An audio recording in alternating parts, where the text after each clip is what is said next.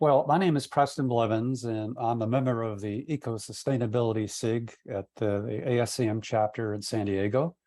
It's my pleasure to introduce an individual that I've known for about a year, and I've had occasion and the pleasure of dealing with him on a monthly basis. But he has an amazing background, and he's an out-of-the-box thinker that really thinks way ahead of most folks, and I like that.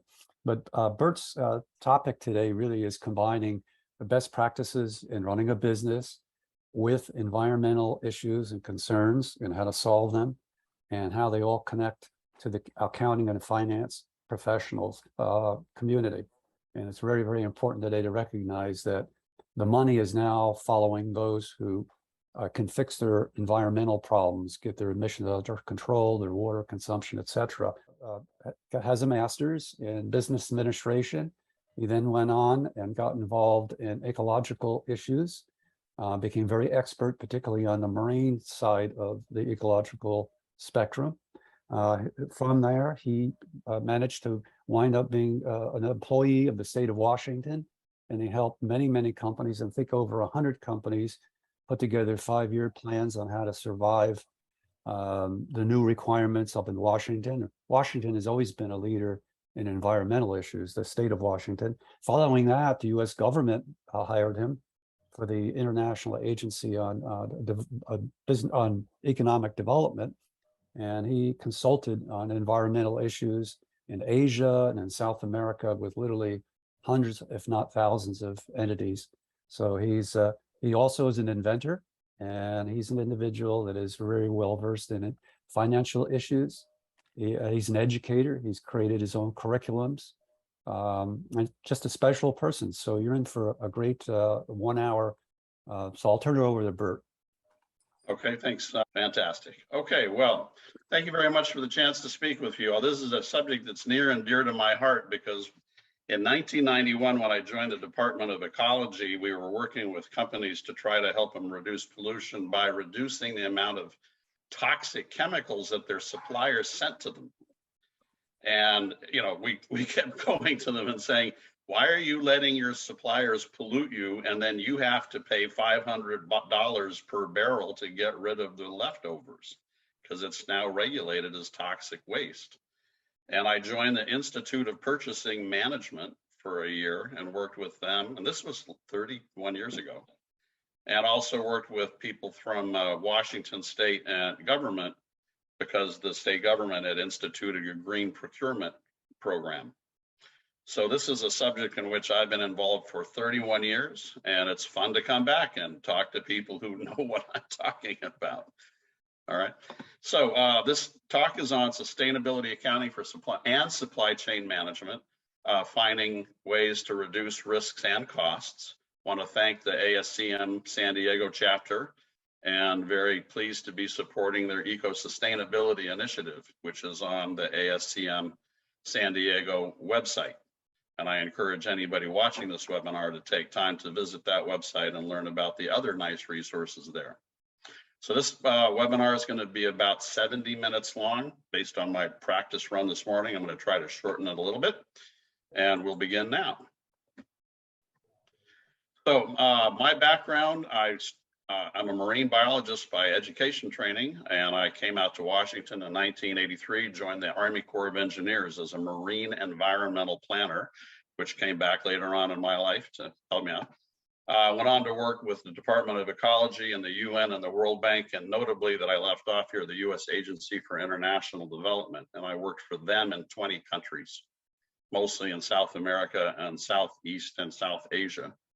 I became a professor at the Asian Institute of Management in the Philippines and in Lima, Peru. Went on to become excited about hydropower, coming back to my marine background, and invented some new turbines for canals and even for water faucets and hoses, so you could charge your phone while you water your garden. I've also started a new business called Sustainability CPE, and that's the name of the website as well, to develop webinars on this topic for continuing professional education. And I'm partnered with state accounting societies. And that's an area where this is going to come back again and again, is how the supply chain community can partner with the accounting community to make this a whole lot more robust and successful. And so my goals today are to get more reviews of this, because I'm a big believer in the total quality management approach of continuous improvement. And I hope that when we're done and you have a chance to look back on it, you'll maybe give me some tips on how to make this presentation better. I also invite you to be a partner with us at sustainabilitycpe.com, because we're developing new content and always looking for interesting ideas. So let's proceed. What we have today is we're going to cover 8 learning objectives. And I'll say, for those of you who are doing any professional training, it turns out that designing your courses so you can have 8 6-minute modules in an hour is ideal for a world in which now everybody's learning by watching their phones for 8 minutes at a time while they wait for something else to happen. So we'll talk about what is sustainability in general and in business, to make it very specific.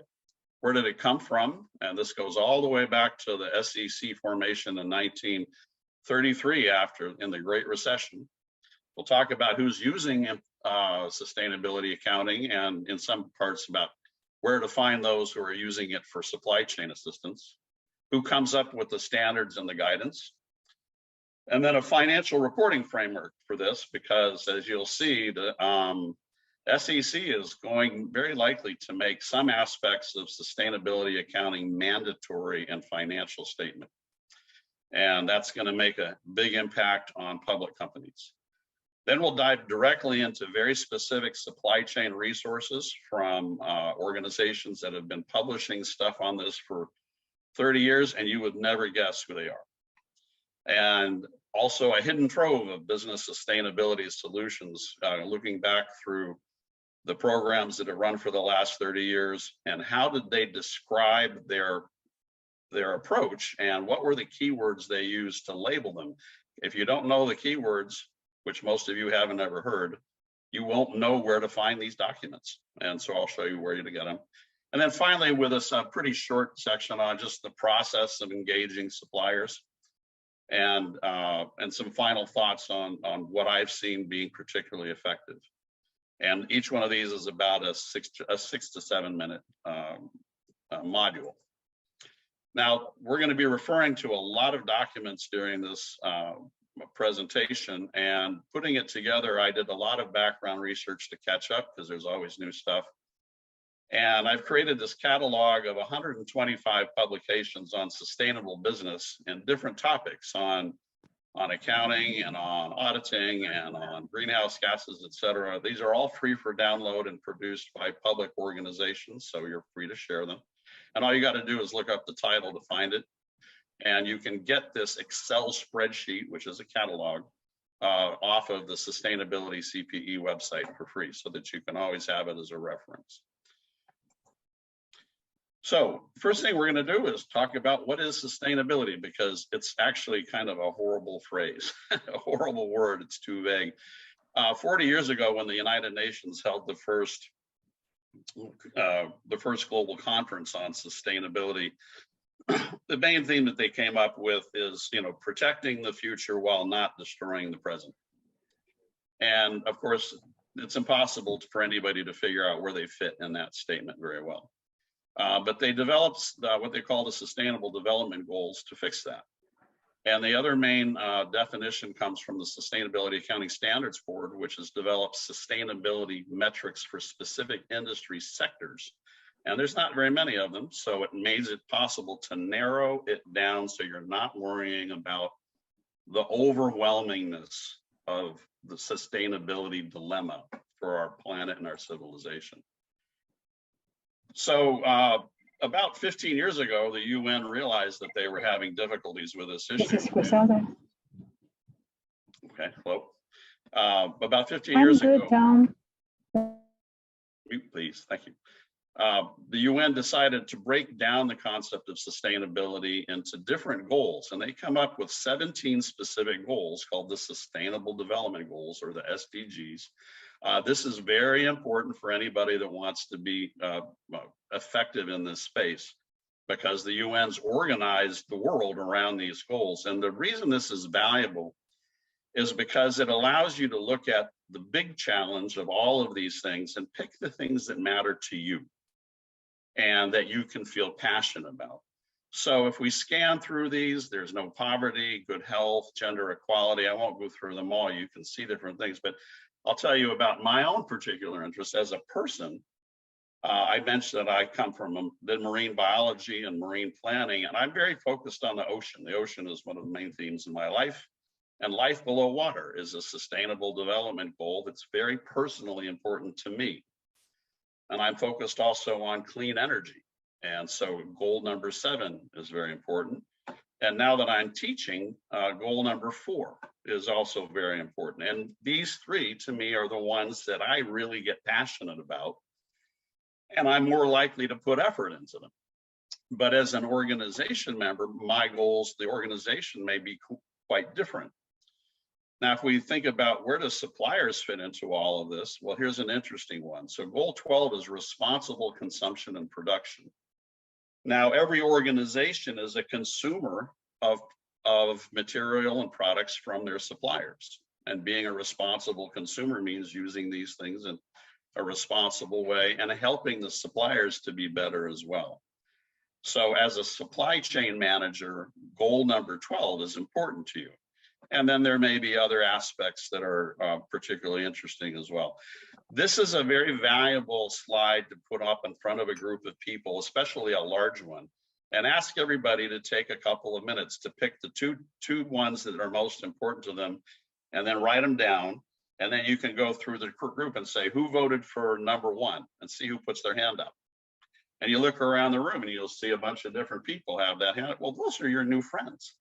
You agree with these goals. And so it's a great way to see who else you can connect with around things you care about. And as an organization, you can make a statement that your group is focused on specific goals here. And that makes you a partner now with organizations around the world that share the same goal. And it makes it a little easier to connect on a global level and have a really interesting discussion. What matters to you and what matters to your organization? So what's sustainability for business? Okay, well, the best way that's defined these days is through the Sustainability Accounting Standards Board. They were formed about 15 years ago. And their goal was to define sustainability issues that are potentially material for US public corporations and to investors who want to know how these corporations are doing. And they had a very long consultative process, all within business. This is completely not regulatory. There were very few environmental-based people in all of this. This was all business to business. And so SASB said a factor is material if it meets one of these 5 factors, 5 descriptors rather. It's financially relevant. You know, if it's not even 0.5% of the business, maybe it's not worth paying that much attention to at this level. It's normative in that it sets a direction for behavior. In this case, we want to improve our performance on these things. Make it better, not make it worse, not leave it alone. Normative is improving it. Consensus-based means that most of the experts in the particular topic or sector rather agree that these are the important things. Number 4, it's actionable. You can really do something about it. If it's not actionable, why are you working on it if you can't change it? And then finally, is it open to innovation?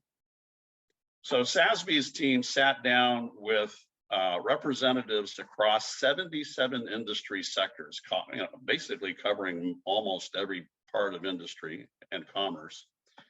And they came up with this structure. They've identified 5 major pillars for sustainability issues, and they are the environment, and then social capital, human capital, business model and innovation, and leadership and governance.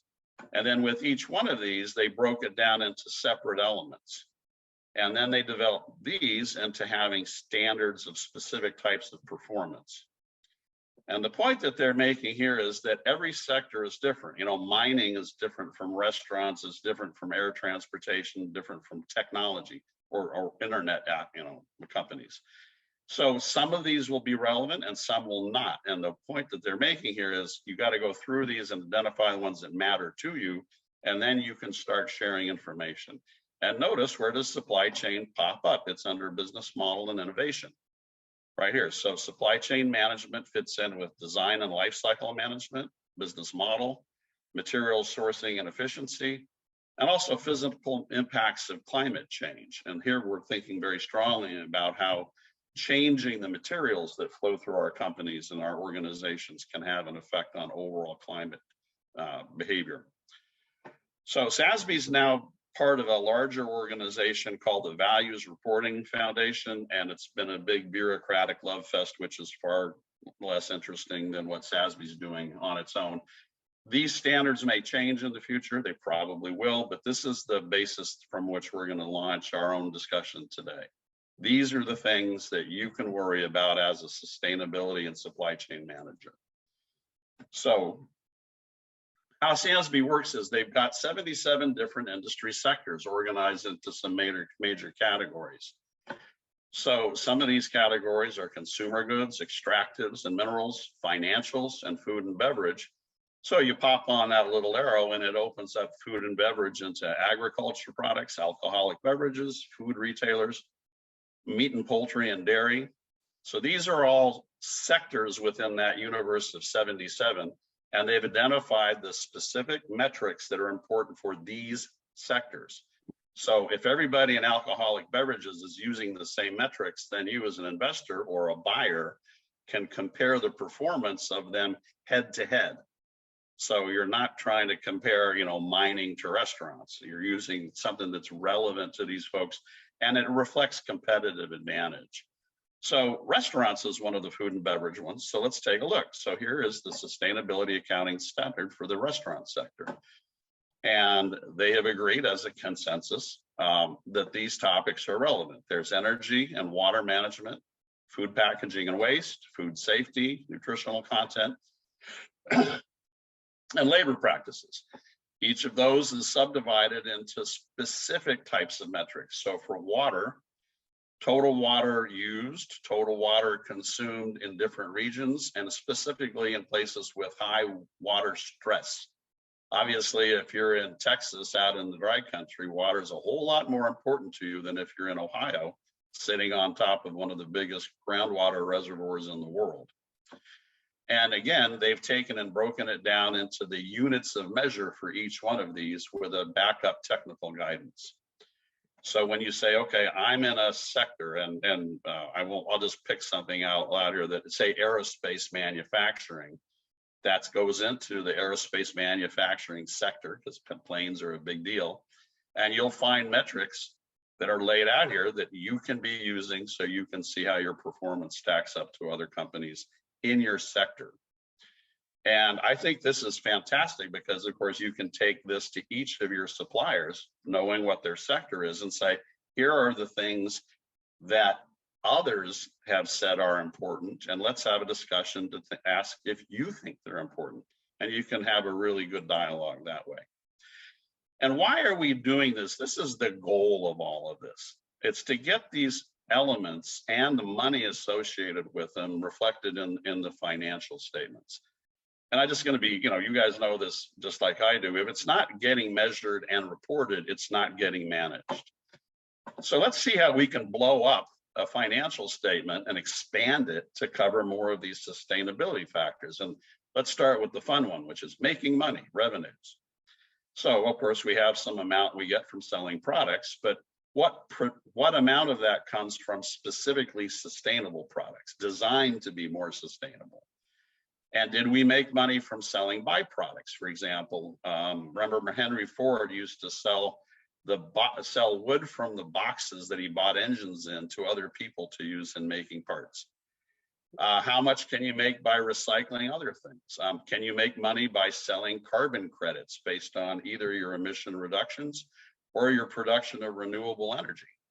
And can you sell the renewable energy for money? And can you get free money from governments? Keep in mind that when you're doing sustainability investments, the governments want you to succeed.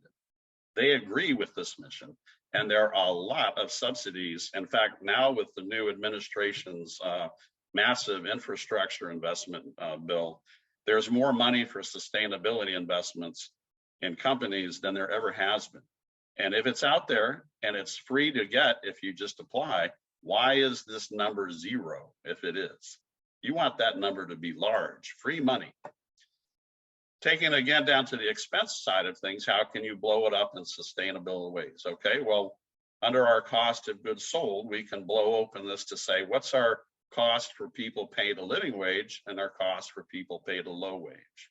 How much are we spending on hazardous materials and local materials and recycled materials? What are we paying for discharging waste and for pollution control? Okay, if these numbers, of course, are continuing to go up, then you've got concerns. If they're going down, you're thinking, okay, we're doing better. And you can do the same thing with other aspects of the expense statement. Under general administration, for example, rent or leases, how much of your expense on facilities is for LEED certified green buildings? If the number is 0, don't you think that's an issue? I mean, you're not using green buildings. Why not? So again, it's a way of having this conversation get started, and it materializes and manifests the data in front of the people who are going to do something about it, namely the C-suite and the board of directors. Now we can do the same thing with the balance sheet. So we have our regular assets and liabilities, and we can blow these open too. So for example, taking accounts receivable, who owes us money?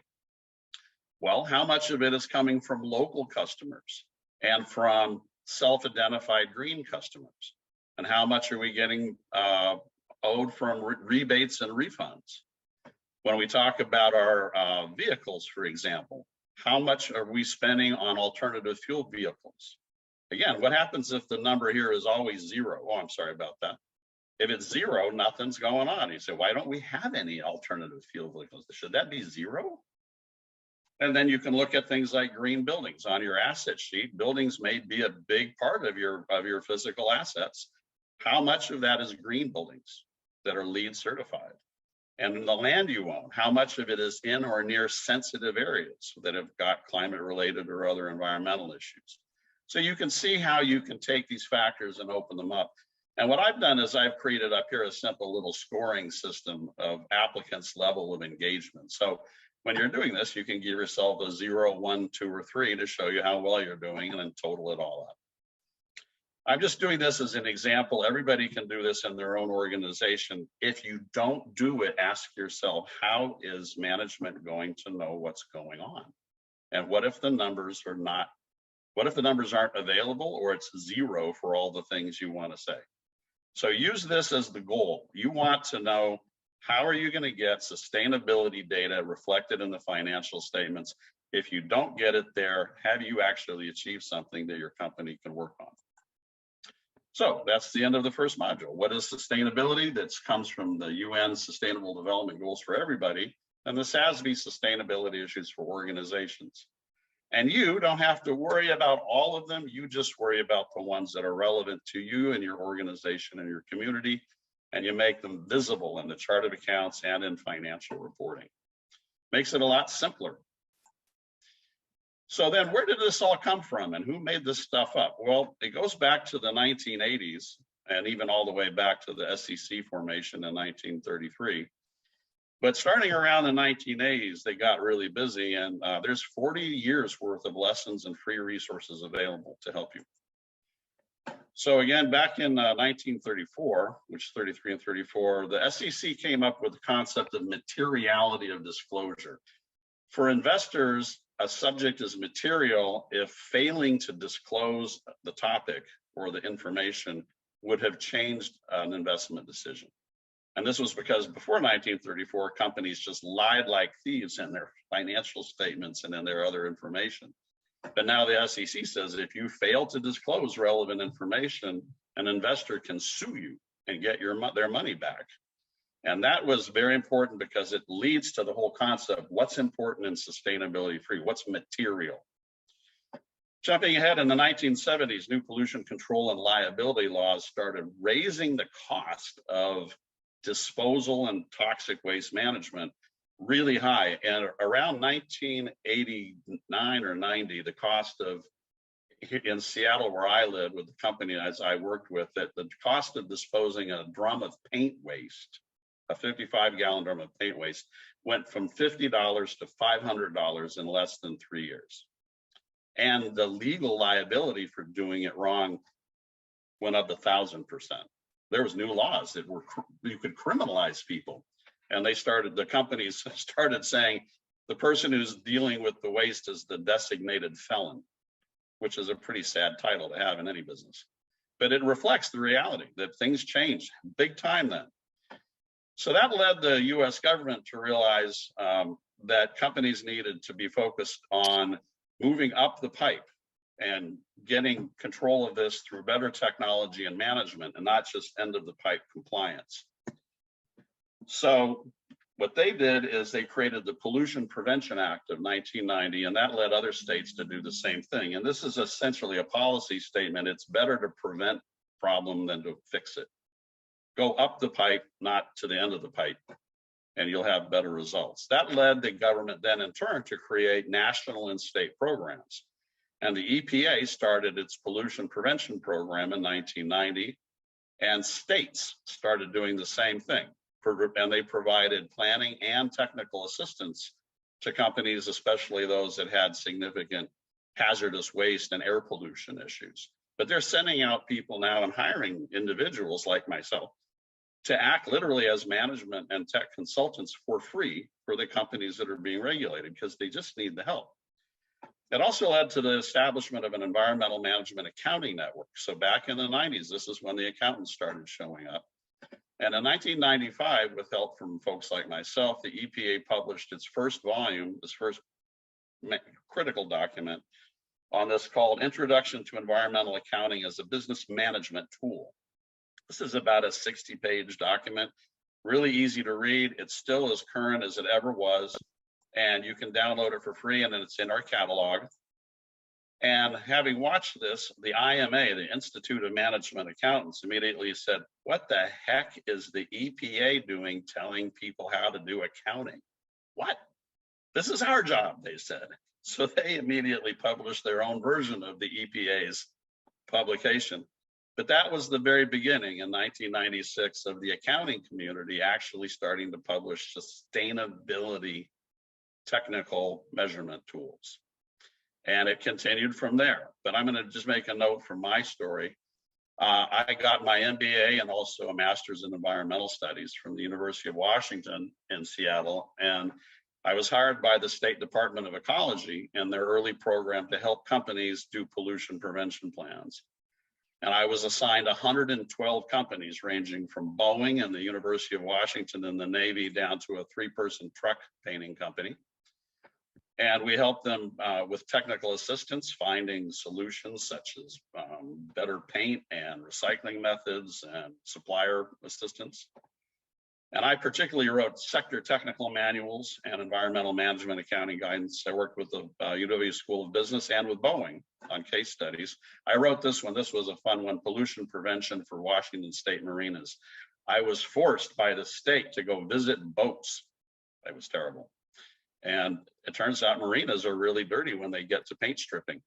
And they washed it off into the water around, and a lot of the marinas are started turning into toxic waste sites. On the job doing this, we learned that bad accounting really is unsustainable. First, the accounting systems don't recognize new real costs. And this is still the case. Accounting is always a historical rear-looking system, and new costs show up and they don't get into the chart of accounts. And so where do they go? They go into overhead. And if they're in overhead, everybody pays the pain, and the guilty parties don't pay as much as they should. It distorts internal pricing, because there's not activity-based costing, allocating those costs back to the functions that created them. We also found out that the CapEx analysis, capital expense investment analysis, was very primitive back then. This was the early 1990s, and spreadsheets were still not very common. But most firms weren't using net present value. They were using back of the envelope, just simple payback. Here's an interesting thing to remember when you're talking to people who are doing things the simple way. In an inflationary environment, simple payback will always underestimate the benefit of something that saves money. Because if it's an inflationary environment, it'll save this much money this year, but in 5 years, it'll have saved a whole lot more money each year because it's been inflated. So simple payback always says the good things are more expensive than they really are. And as a consequence, a lot of good, clean improvements that were literally profitable got rejected because they couldn't do their math right. And that's such a tragic, it's tragic. You know, we're dealing with pollution from businesses because the businesses can't do math. And it drives us crazy. So we all develop better accounting tools, total quality management tools for process data, life cycle analysis, total cost assessment, promoted activity-based costing, getting people to use discounted cash flow, and using risk-adjusted net present value discount rates. And this is going to come up again, as you'll see, risk-adjusted finance. And that's going to remain a big deal because the risks that we're all facing are increasing in size every day. I want to direct your attention to a particular publication from GEMI. This is the Global Environmental Management Initiative, a consortium of about 40 massive industrial companies that have been sharing best practices on EHS, environment, health, and safety, for 40 years. And they wrote a very good guide on how to incorporate environmental costs into business decision-making. And this is big business helping big business. There's no environmentalists here.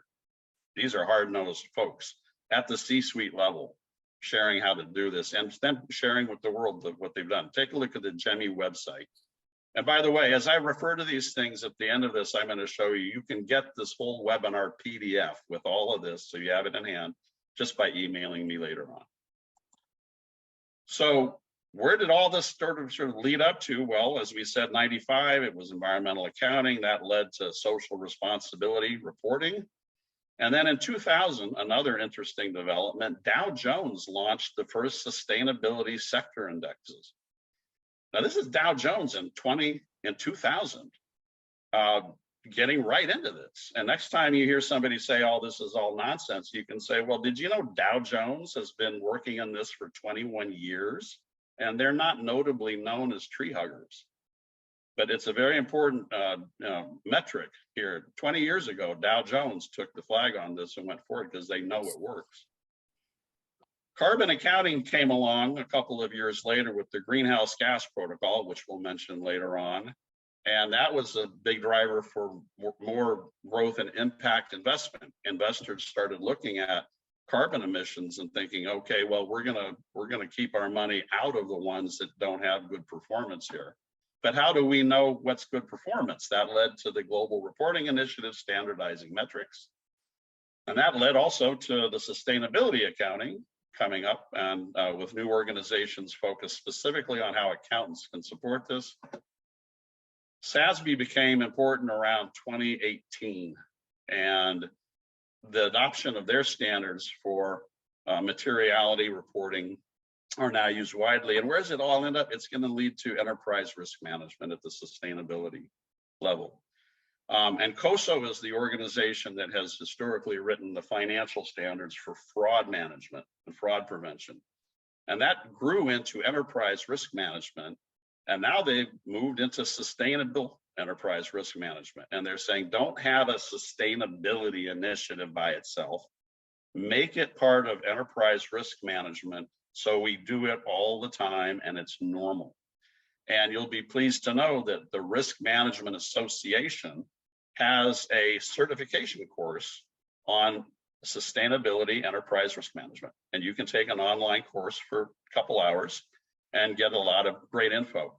My guess is that in 2030, this is what we'll be talking about. It's just going to be ERM, enterprise risk management, and sustainability. If it's done right, it's just going to be a normal part of business.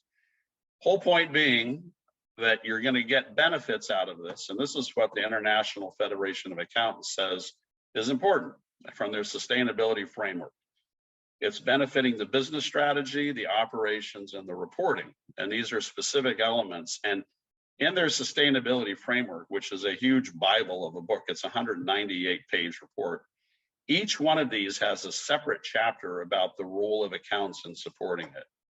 And I want to note, under business strategy, they have a whole chapter on supplier engagement and what is the role of the accounting team to support supplier engagement.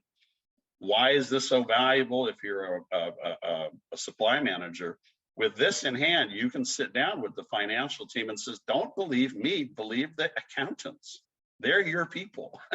And this is what they're reporting is the best practice. Let's get up to speed with the best practice from your own profession.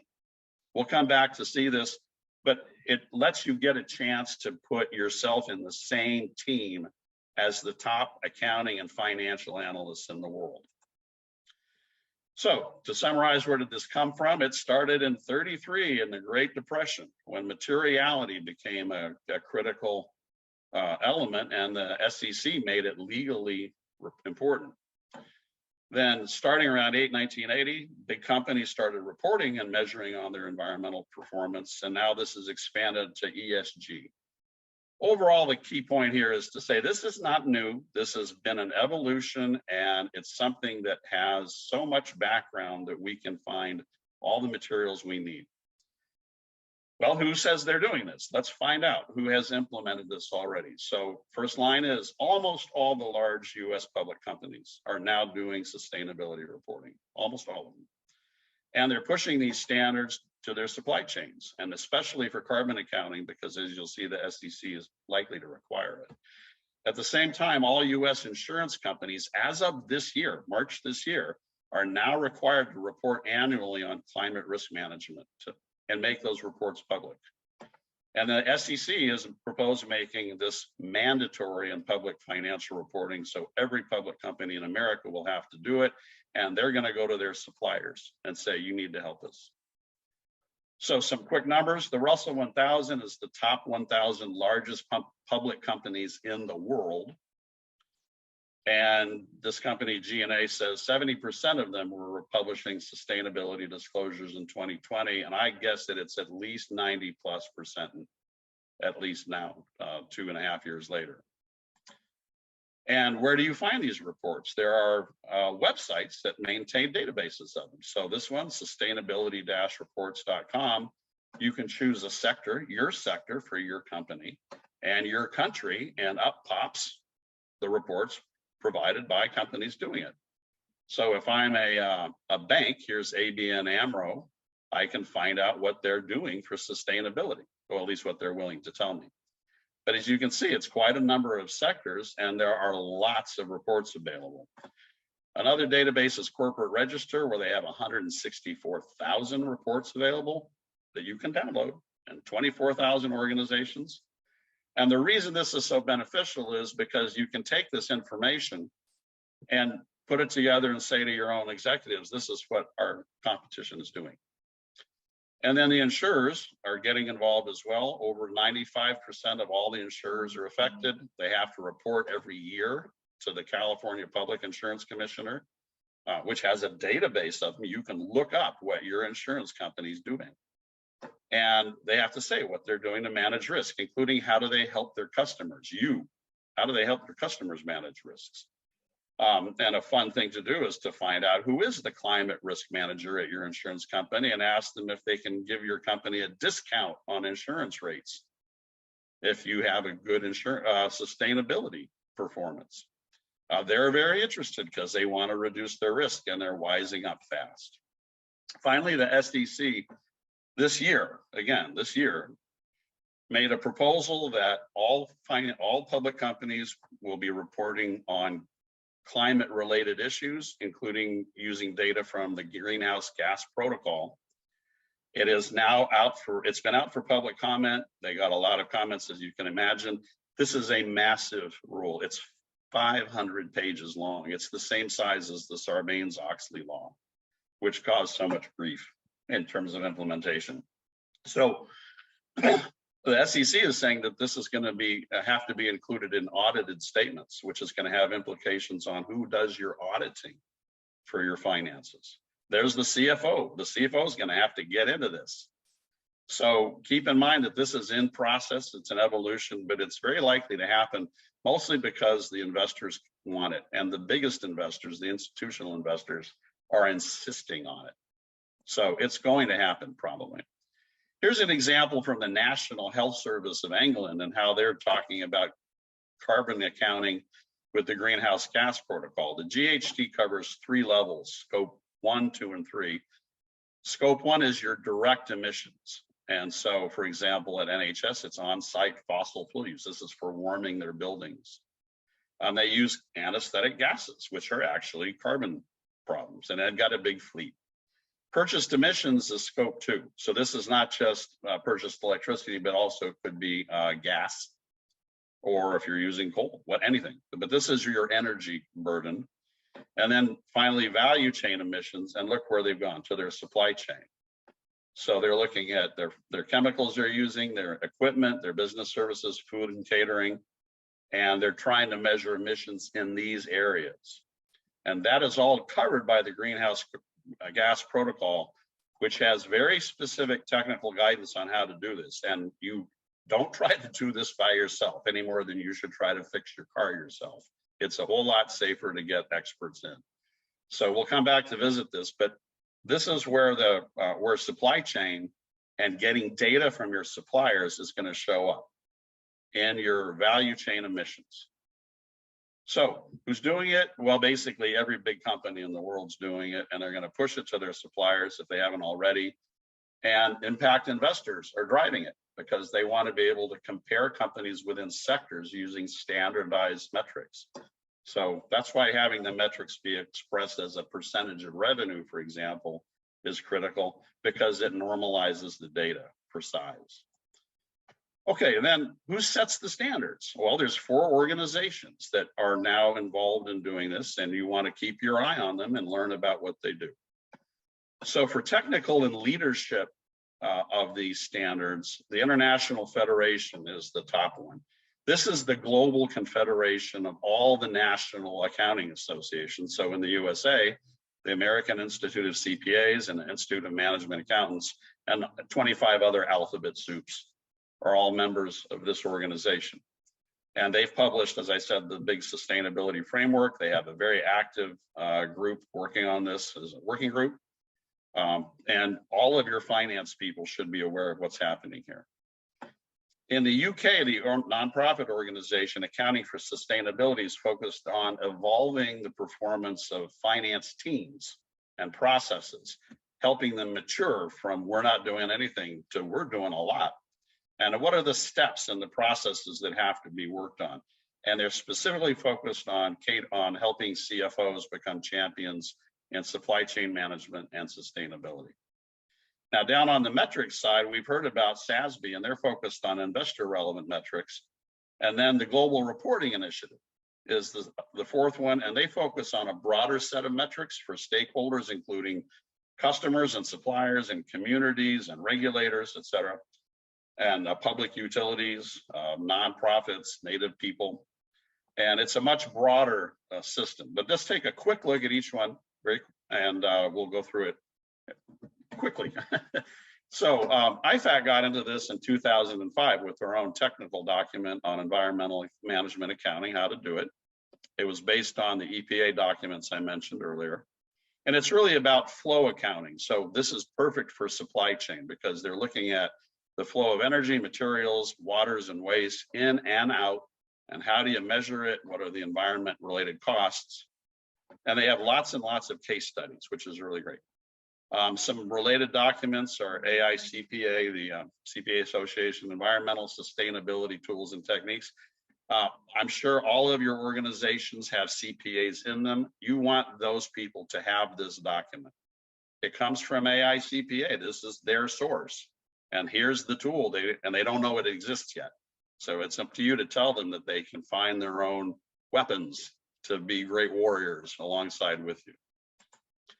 And their sustainability framework, as I mentioned, it's 194 pages. And for each of their 26 specific elements that they cover, each element has a chapter on key considerations for professional accountants. So for everything in the business, every function in the business, these folks have said, here's how the accountants can help.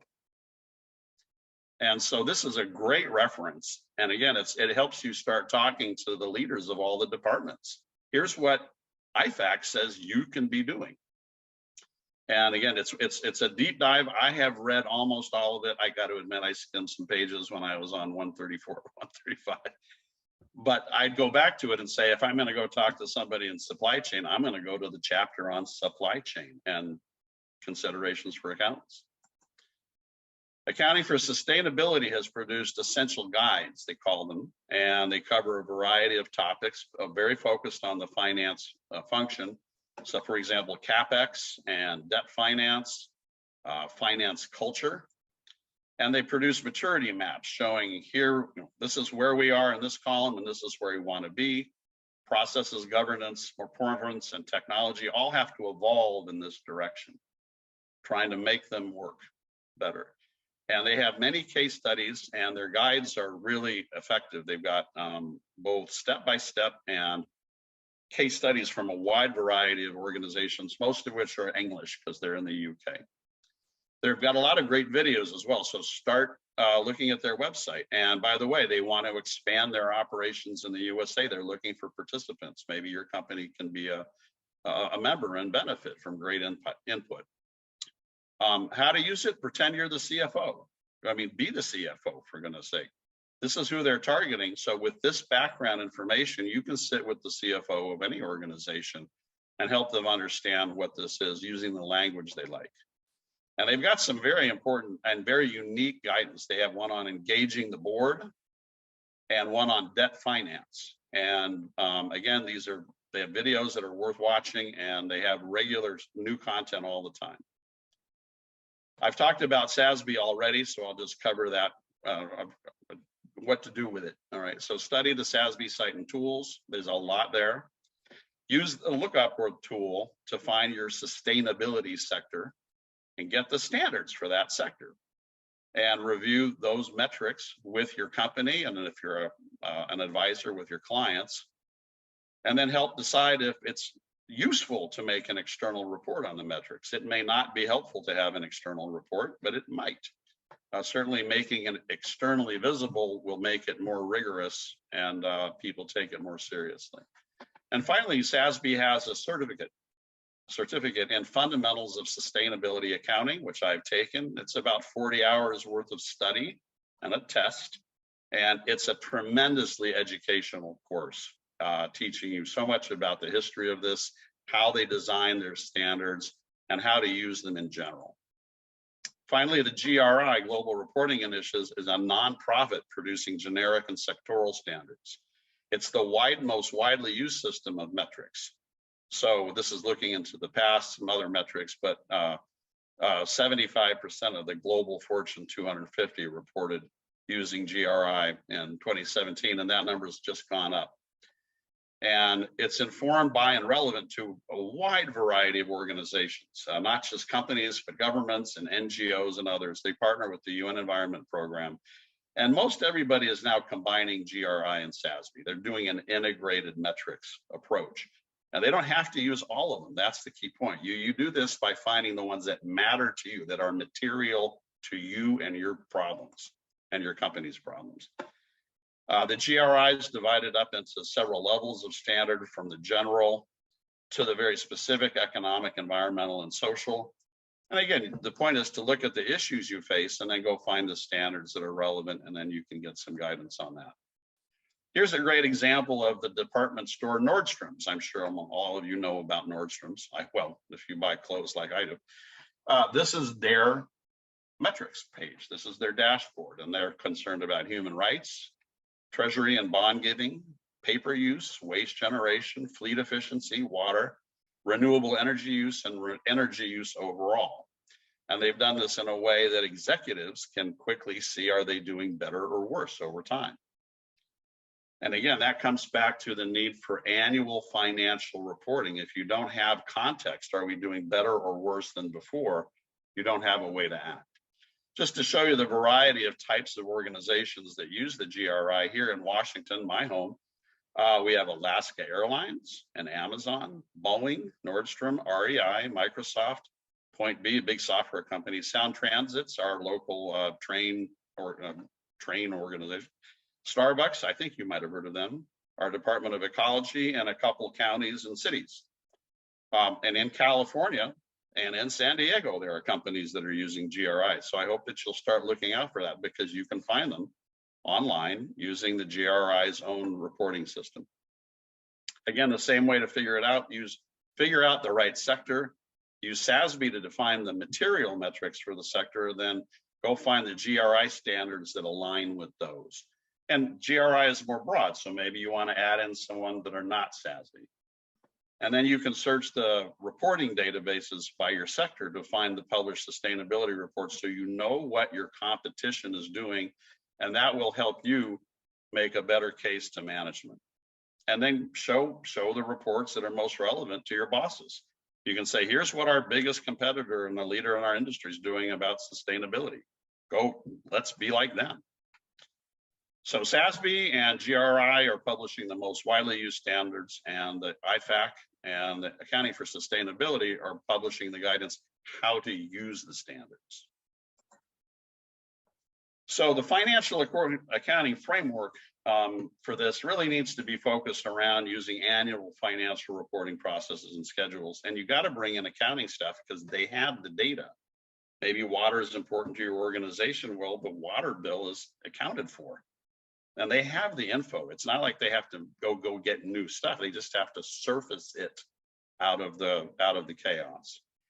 And follow the A4S guidelines and make the CFO a champion, because ultimately this may end up being necessary in financial reporting, either by your company if it's public, or by your customers or your suppliers if they're public.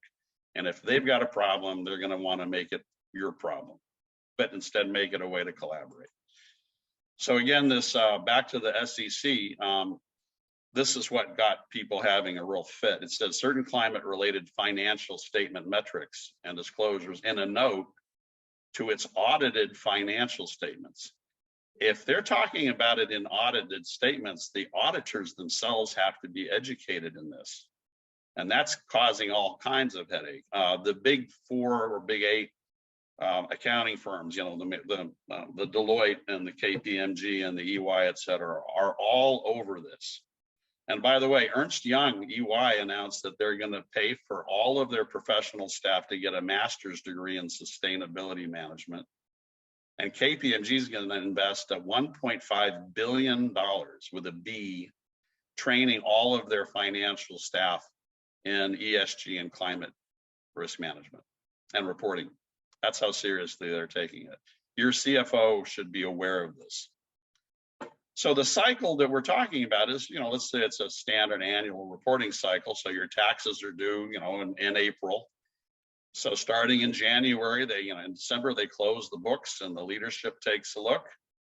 Then they start thinking about the plan for the coming year and putting together the team to work on the sustainability aspects and getting those guides and their corporate reports together. Then looking at the different aspects. Here are the 5 SASB major areas.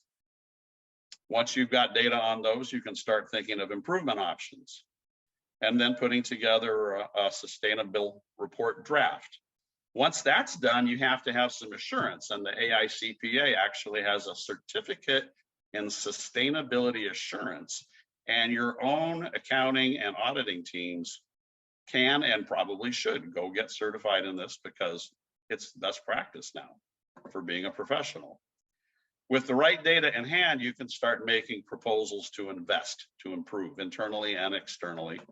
And then those proposals get captured in the final report, which goes to leadership. And then you start over, plan, do, check, act. And it's this cycle that makes sustainability practical. In fact, it makes it invisible.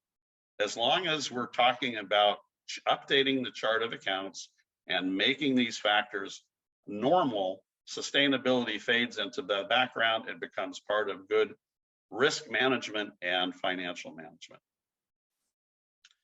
So how to work with accounting and finance? Again, go to Accounting for Sustainability and review it. They have about a dozen videos by CFOs of major companies like Salesforce and S&P and Verizon. These are the CFOs saying, this is why we are doing sustainability and why I'm in charge of it, me, the CFO. You want to have that information in front of your finance team. And then use the IFAC sustainability report to show how the finance team can help everybody in the organization, including the supply team, do better. And they need to be on the team because they have the data. Then get the CFOs to educate the C-suite and the board and get authorization and budget. You've got to get the money to do it. And then finally, aim for some early wins, such as carbon reductions and other benefits created by things like work from home and energy efficiency. I know a lot of organizations are trying to shove work from home back, get rid of it. They want everybody back in the office.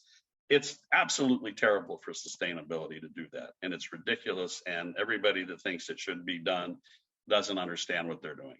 I'm going to be very blunt about that because the math is obvious. Once you figure out the benefits of work from home on an environmental and energy data basis, it's very clear that this is really a win. And the employees almost always love it. Back to accounting for sustainability. Again, this is the stuff that you need to go through all of this. And I just want to please take the time to look at this. Nobody in America knows these guys exist, but they've been in business since 2004. And all of their material is developed by finance professionals. There are no environmentalists in this crowd.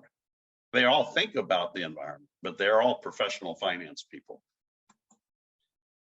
Okay, so we've seen how to organize the data, how to engage the CFO, use annual process for financial reporting, and make sure that the data shows up in the financial reports. If it's not in the income statements and the balance sheets, it won't get managed at the top.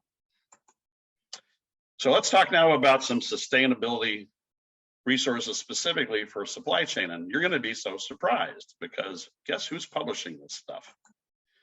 The first major resource is the US EPA, and that's because around 1990, federal government and state government said, we're going to start green purchasing. And EPA then said, well, we have to support this. So they have been working on supply chain management for reducing pollution and reducing toxics use and reducing packaging and reducing energy use for 30 years. And they have covered under a variety of ways with different phrases. And your own state government and local governments have got green purchasing programs. So if you're in San Diego, like most of you are, the San Diego city government has a green purchasing program. Go find out what they're doing. Make friends. I did a quick search on supply chain on the EPA's website and got 1,600 hits on this.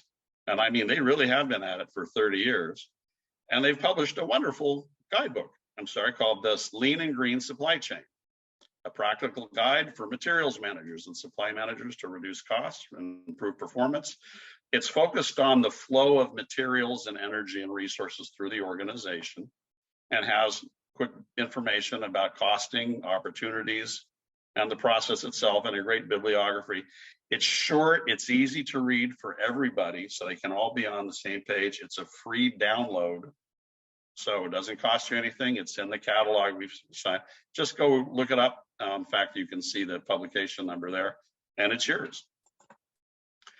They also have a supply chain how-to guide. This is an online manual that walks you through step by step by step, get a policy and recruit them, confirm their participation, whole series of steps. They've got a lot of success stories, and your organization can be an active participant. They're always trying to recruit organizations to join in and just share best practices. The other big surprising source is the United Nations. The UN Global Compact was created 30 years ago to work with multinational companies because it's the UN. And it's focused on getting voluntary commitments from these giant companies to behave in a sustainable way. And so there's codes of conduct and signed commitments that help an organization be a part of this family. And thousands of companies have signed up into this. And they've published this guide, Supply Chain Sustainability. This is really interesting reading. It was prepared by a group of at least 100 supply chain managers from big companies around the world with a tremendous amount of review and input. And in my opinion, this is the best single authoritative reference source for practical business on this. This is by business people for business people involving 30 years of input. And again, it's a free download. It's in the catalog, and start going through it. Don't have time to explain it all here to you. The third of the interesting organizations is the International Green Purchasing Network, which is based out of Japan. They're targeting purchasing managers anywhere, and also a lot of focus on the governments. And they have a green purchasing and procurement starter kit online. And it's got a step-by-step interactive implementation assistant. It's a software program that walks you through everything. And it's got video training materials, a bunch of online resources, worksheets, and short videos to download and watch. So this is all free. It comes in a single download of about 100 megabytes, and you can install it on your computer and install it on everybody's computer and say, here's what you need to know. And I think this is, I've gone through it myself, and it's very well done. And it's really focused on process, not on specific solutions, because that's what we all need. We need to have the process. And when we get to technical solutions, that's when we switch over to the next topic. Now, to recap, the US EPA and the United Nations are the two biggest suppliers of really high quality supply chain management guidance. And you want to begin by helping your suppliers account for their carbon emissions specifically. Once that's going on, then you can expand it to cover other items to reduce risk and improve performance. So where do you find the technical solutions that you need? Well, let's get into this.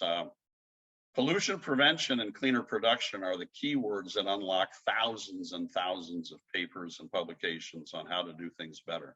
You need to know these words so you can find your organization's industry solutions.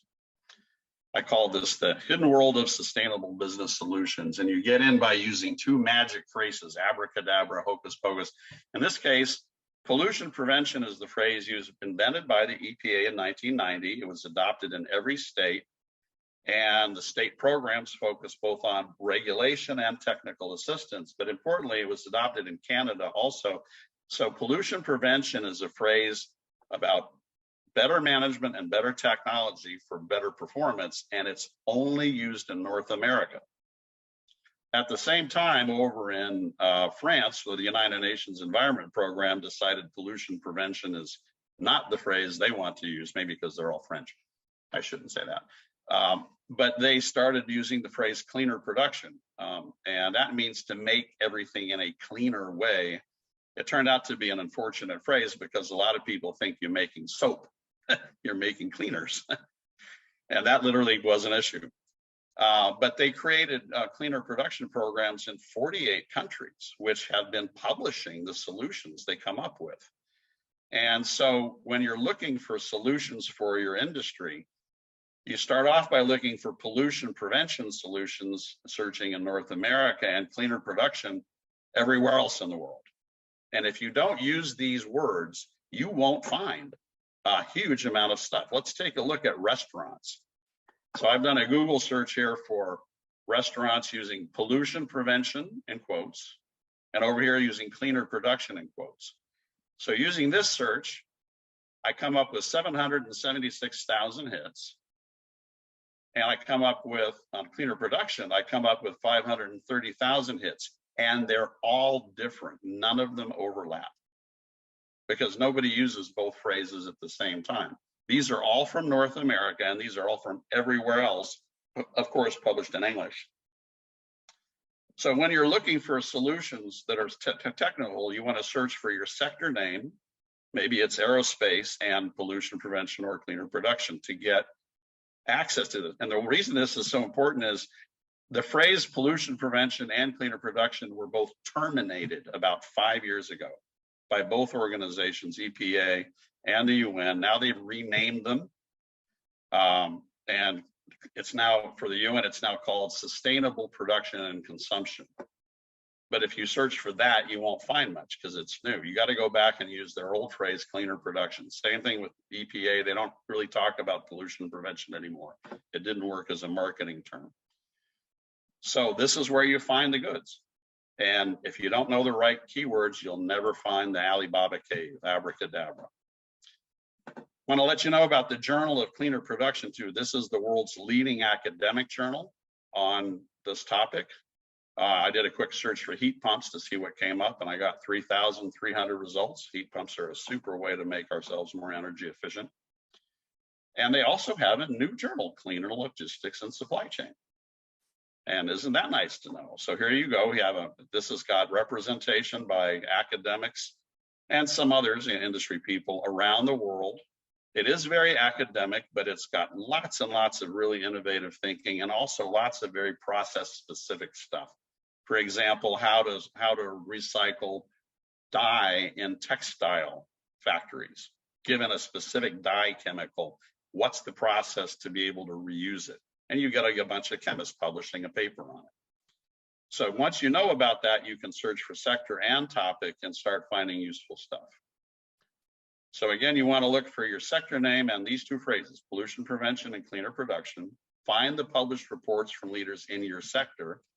Use the Journal of Cleaner Production to get advanced solutions and thought leadership. Maybe get your R&D department noticing that they can publish in these things. And think about this interesting point, and this is true, it's unusual. You know, when you're talking about competition in an industry, you know, the companies are not willing to share technical solutions because it's a competitive advantage, unless it's about sustainability. And across the board, we always see that when it comes to sustainability, like saving water, reducing energy use, eliminating chemicals, companies are happy to cooperate because by doing that, they're reducing the environmental footprint of the whole sector. And that keeps the regulators off their back. So it's the one area where your competition is usually ready to tell you what they've done that works. So finally, coming to the end of our show here, and talking about sustainability accounting and the supply chains, it's an engagement process. It's not about just data collection. You want to find, manage, and measure only the metrics that matter. Don't go overboard. You don't have to. And carbon accounting is the most universal and standardized metric, so you start there. And it's a lift, I'll be honest, you know, I'll show you why. So the first thing a company should do is hire or train a project leader to get this going. Remember, this is something of a temporary position. It can be a reassignment of an executive, or you can bring in someone and train them up. But someone needs to kick this off, and then it'll transition into regular business. The leader needs to train the C-suite and the board if you have one. And this is where accounting for sustainability really comes in, with great videos from CFOs talking about this. Then the next thing to do is to hire a carbon footprinting expert. This is quite technical. You do not want to learn how to do it. I refuse to learn how to do it. I'm 61. I'm too old for that stuff. I want to find a nice 30-year-old with a master's degree, and they're going to do it for me. It's good to think about having somebody come in and do this as part of your facilities team, because they have all the facilities data that's relevant to carbon usually. But it's a specific thing you're going to need to have. There's a lot of demand for consultants in this now, so it's important to start your search for someone to help soon. Then look at each of your suppliers, each of your important suppliers, that is, and identify their sector. Then find those SASB sustainability metrics for the sector, and find the published reports on sustainability for the sector from the companies that are already doing it. So you know what the metrics are and what are people doing about it. Then propose a partnership with the suppliers to help them improve their sustainability metrics. You can say, well, okay, you guys are supplying us with industrial chemicals. Well, the chemical industry has these metrics. We want you to know about them, and we want to try to work with you to help us all do better together. But start with the carbon. And the reason is the reductions in carbon emissions usually save money because it's energy efficiency. It may be some other things, but it's usually energy. And saving money makes everybody go, hey, this sustainability stuff is actually paying off. And you can add other metrics after building the engagement strategy. So finally, reach widely for free help for yourself and your supplier. I mean, who would have thought you could reach out to the EPA and the United Nations to find out how to help your business with supply chain management? Really? Last thing I would have thought of, but it's there. And there's 40 years of resources that have been published that you can access. So what do you do next? Well, I would recommend organize a group to watch this webinar. so that you get all of the same basic orientation. Watch those videos by CFOs from Accounting for Sustainability. Discuss your interest in specific sustainable development goals, the SDGs, for yourself and your organization, because it's a great way for people to realize there's something they can do. You don't have to go into what I would call climate panic. You don't have to go into fear for the future. It's going to be a challenge in the future, but there are specific things you can do in partnership with others, and you're not alone, and you can take the piece that matters and make it better. And organize a leadership discussion and a path forward so that you have all the top people supporting the system. And that's the end of my presentation. Thank you for watching. I don't know how much time we have for questions. I'll be available for the next 15, 20 minutes.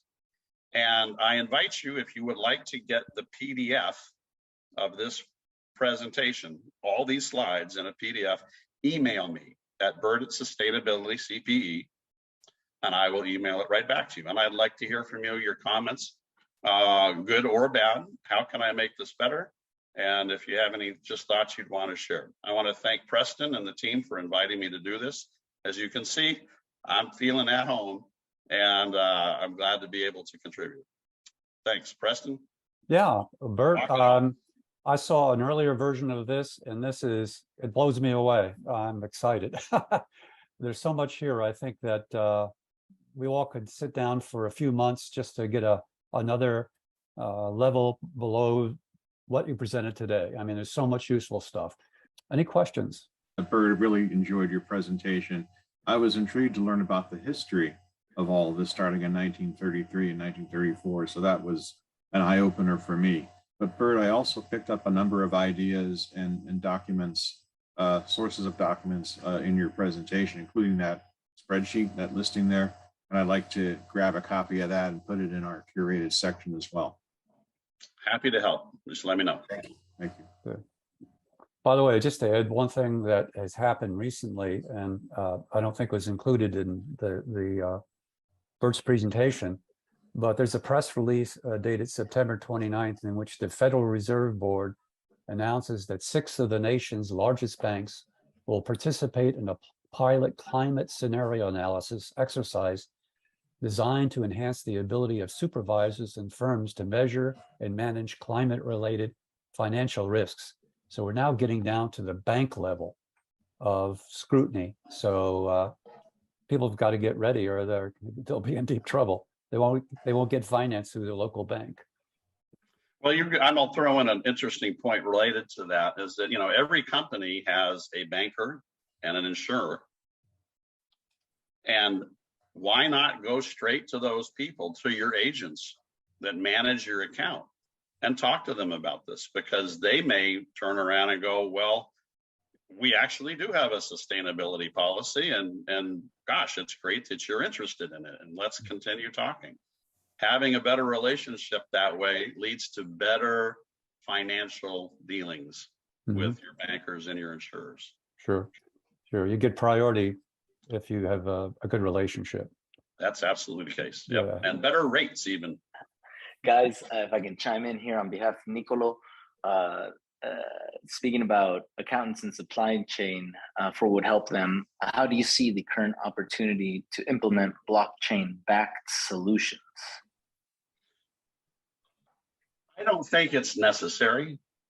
And the reason is because the issue of data security and verification in this topic isn't as critical as it is in things like financial contracts, et cetera. For example, you want your suppliers to be giving you information about their emissions because you need to consider it in your own footprint. But are you worried about somebody stealing that data and exposing it? Not really. It's not like customer data.